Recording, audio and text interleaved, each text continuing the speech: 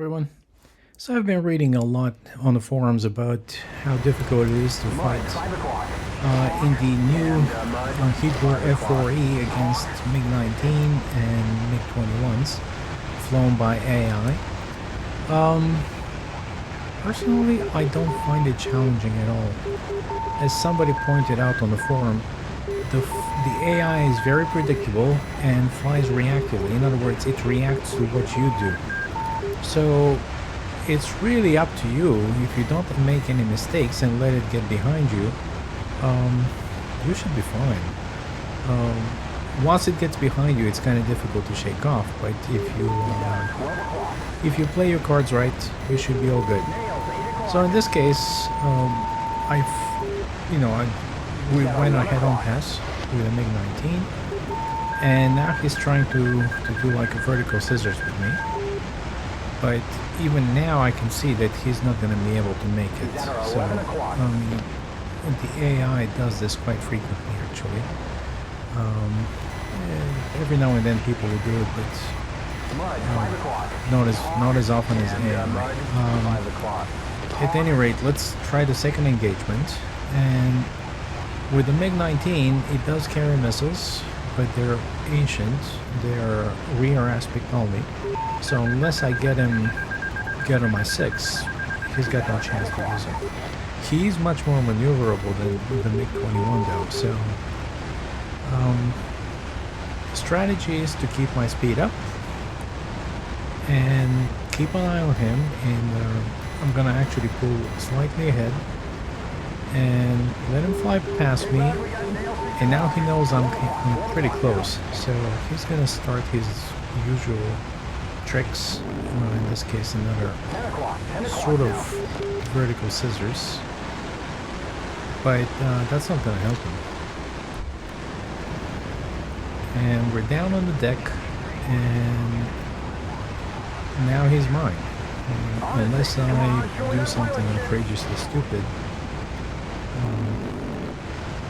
By the way, I'm horrible with guns on the F-4. I can't shoot to save my life. So, as you can see, even at this distance, I cannot hit him.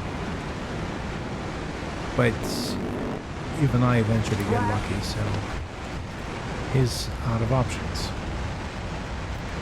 So as you can see, MiG-19 on ace level is not all that bad. So it's all about strategy.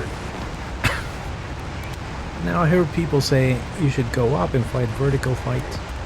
Again, the key is keeping your airspeed up. This thing likes to fly fast. So my strategy, at least against the AI, is to actually, as you will see, I'm gonna initiate all my engagements the same way. I'm gonna pull down, I'm gonna keep my eye on the bandit, and I'm gonna do sort of a split S, a little bit sideways. Just keeping an eye on the bandit, and once he flies past me, I'm gonna keep him either above the canopy or in the side windows, and wait until he gets close for my chance. So here's a good one, and I missed it because I forgot to turn the master arm switch on. And now the bandit has kind of a position on me. He could have taken a shot, but again, the AI doesn't take shots unless it's really certain of a kill. Unless it really gets behind you, so a human being would have killed me right there. But now I'm back in the game, and the AI is trying to do this little... he could have shot me there too, but I went over his canopy just in case. But you can only do the scissor thing so many times before your luck runs out. So here he comes again.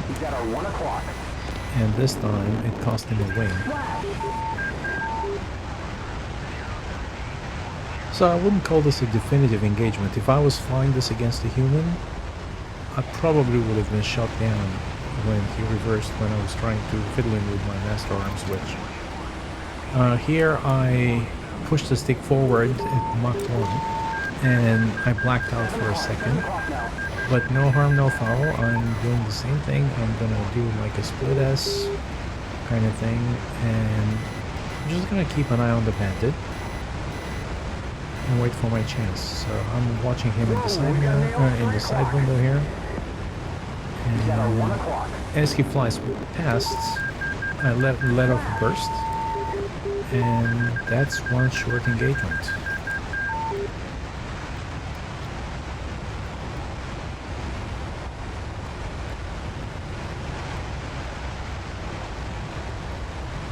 One more time, once again against the MiG-19. So I'm gonna fly straight. I'm actually gonna fly a little down, and then I'm gonna, to preserve my speed, I usually enter the engagement about Mach 1, and then to preserve my airspeed, I pull back, but since I'm going down, I'm not gonna lose all that much energy. So I'm just gonna fly just a little bit ahead. I'm not gonna pull too hard. Let him fly past me. Let him do his little dance.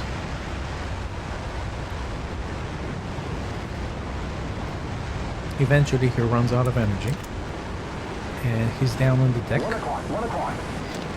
And now it's to me to finish it off. So the one great thing about the MiG-19 is that it usually is much more maneuverable, so it's a lot of fun flying to, trying to find him and kind of dance with him. The MiG-21 is a much more of an energy fighter. It's just a zoom and boom kind of thing. There's no maneuvering with it. It just does loops and stuff. It's kind of boring. So I really enjoy flying against the MiG-19 much better than the MiG-21. Anyway, so let's land this thing. The airfield's right there. I'm gonna turn on base, call the airport, request landing from the controller. Personally, I find the F-4 very well behaved when landing. It's actually super easy to land not always by the book.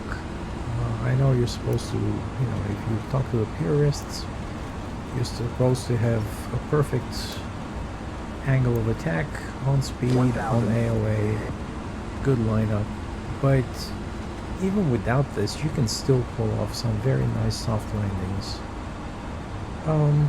So I'm a little fast, not too much. 500. So now I'm gonna try to get the right area. 300.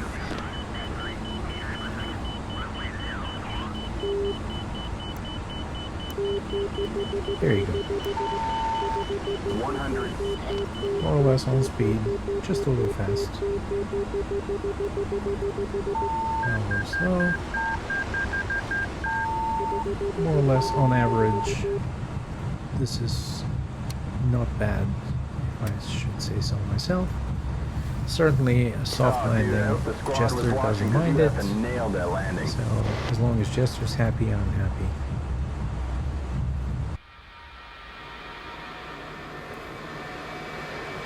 Alright, we're gonna turn off the first taxiway here,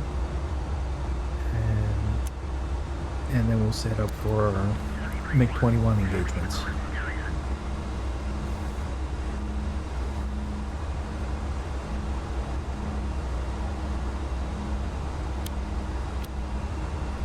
Alright, so now we're flying against the MiG-21. We're going to do another 3 engagements here. And I'm using the same strategy, just to prove a point. I mean, I've varied depending on the situation, but for this particular video, I want to show you that you can use the same exact maneuvers and get the same exact results, because the AI in DCS is frankly not very intelligent at all. it makes mistakes even at the ace level, and this is the ace level. This is actually the standard mission that comes with the F-4E. I just went in the mission editor and changed the random setting to ace level. So all the engagements you see here against the MiG-19 or the 21, all of them are at the ace level. But even at the ace level, it flies very predictably. So unlike the MiG-19, the 21 has more speed, more energy, so it's going to fly up and down, up and down. I'm not going to go chase him up in the sky. I'm not going to play the vertical game like some people say I should.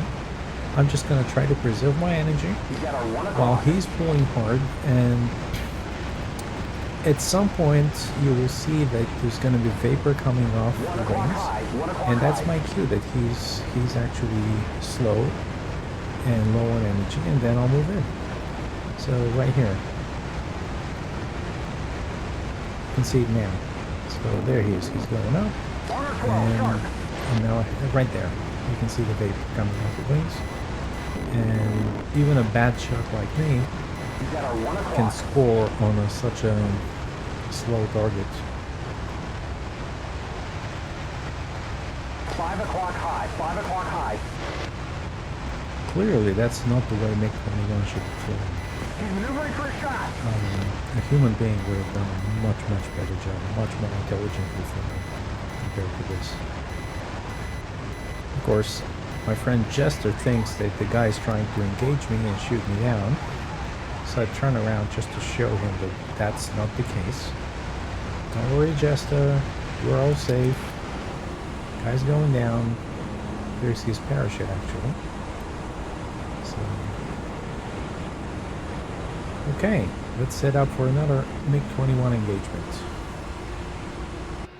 Once again, I'm trying to prove a point here. I'm going to do the same thing. I'm going to go to the right. The MiG is going to swing to the left, go past me. So here I'm going right. MiG is going left. Yeah, Mud, 6 o'clock, 6 o'clock. We have a fish bed, 12 There o'clock, he is. 2 miles, So predictable. and Mud, 6 o'clock. And I'm going to do a sort of a kind of a lopsided split S. And just so I can preserve my energy. Again, I go into the engagement usually at about Mach 1 or so. And by going down, I can afford to pull a little harder just to keep him in. Notice, by the way, what he did. He just dropped his tank in the middle of the engagement. Someone's got to tell him if he survives. He's got to drop that tank before he enters the merge. But other than that, he's you know, I'm just going to keep him up here, just above the canopy. And now he's going to come down. He exhausts his energy. And I took a shot. I think I nicked him.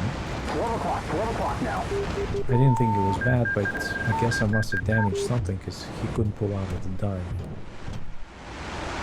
And that's it. He went in the trees.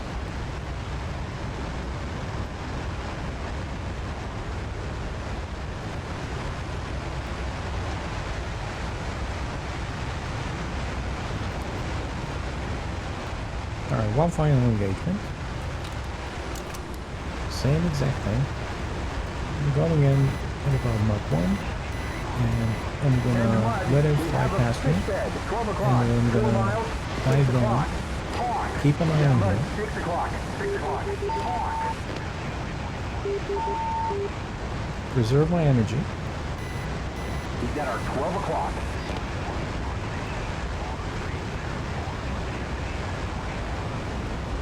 I'm gonna keep him right above the RWO. Okay, back to normal scan. On the side We've got our here. 1 o'clock.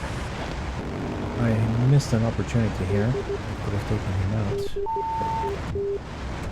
We've got our 1 o'clock. No worries. One thing about the AI is it doesn't worry about expanding flares. It's got an infinite supply of flares, which is bad and good. You can always tell where they are because they flare like maniacs. But now he's actually very slow, and it's up to me to finish him. Dead ahead. Now, anybody who was half decent would have taken him out already. But as you can see, I'm really, really, and I mean really badly becoming. Even at this distance, I'm sitting right on top of him. He ate 1 or 2 rounds in the engine, and a couple more rounds. I don't know what I shot up, but he's trailing right through, so whatever this is. Unfortunately, I'm out of ammo. So if I were to shoot him down, I'm gonna have to use a missile. But at this point, I can see that he is trying to disengage. I mean, that's a typical AI thing. When the AI is hurt, he immediately gets out of the fight and just flies straight and level, pretty much at your mercy. And I feel horrible about shooting a defenseless enemy like this. So what I usually do, I just get information with him and trail him back to base, just following his ring. So I'm kind of doing these roles, trying to slow down and I'm actually curious why is he smoking like this. So I'm gonna look him up and then I'm gonna get information and we're gonna fly back to his base. Hopefully they won't shoot me then. So 2 o'clock now. So, and unfortunately, he decided to go out. I guess his engine quit or something, but I don't get to watch him land at his base, so too bad. Alright, I'm gonna go land. The airport's at 9 o'clock. I'm gonna turn directly on final, kind of an extended final. I'm gonna call up the controller, ask for clearance, and I'm going to set this bird up. Kamskaya, Chevy 3-1, inbound. Gear down, flaps down. And right now I'm actually, I don't know if you can see it, but I'm actually raising my chair because when you're landing this thing, if you're sitting down low, the nose completely obscures the runway, so I found out that if you raise the chair, it actually helps a lot with visibility. So now it's just a matter of getting a little closer and then getting on speed and setting up the right AOA. And a smooth touchdown so just it doesn't yell at me. There you go. Quite honestly, I find the F-4 very well behaved, especially when landing. Compared to the F-14, even landing on a carrier, the F-4, I know I'm not supposed to land a U.S. Air Force Oregon carrier, but I can't resist the challenge. But even then, the F-4 is much easier to land compared to the F-14, which is just a monster. It just dances all over the place and it's impossible to set up correctly. DLC and all.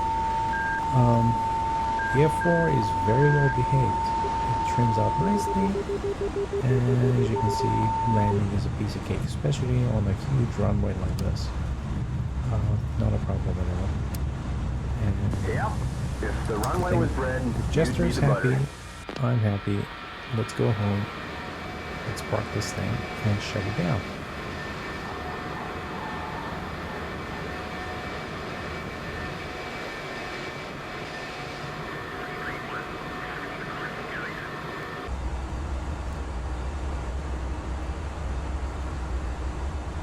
Flaps up.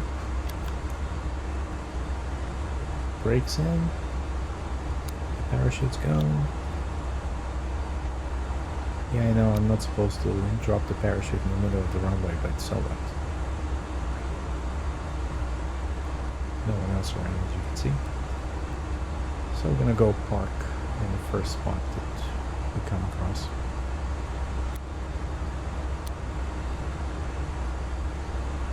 Right there, right past the taxiway.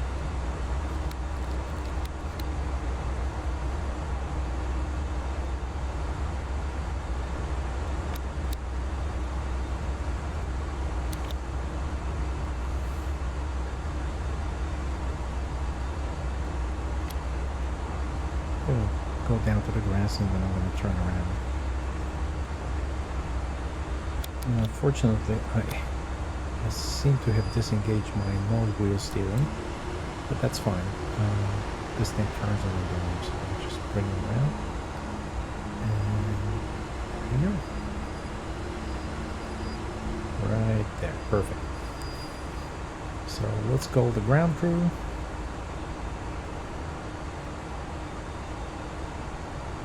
Shocks in. Roger. Open up the canopy and go for the folding ladder. Of course, I made a mistake. When I landed, I should have placed the folding ladder, please. I just noticed that I didn't turn off the master arm switch, which is a horrible, horrible mistake.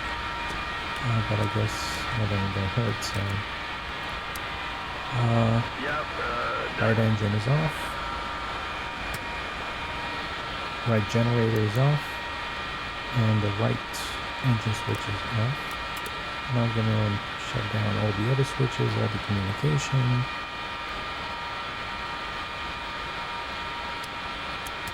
Working on the right now. The VR helmet is actually cutting out some of the view. So, now I'm turning off the stabilization system. And now I'm going to shut off the left engine. Left engine is off. And left engine switch is off. And finally I'm going to set the oxygen to 100%. And that's it. We're ready to climb out. It's amazing how smooth this thing flies.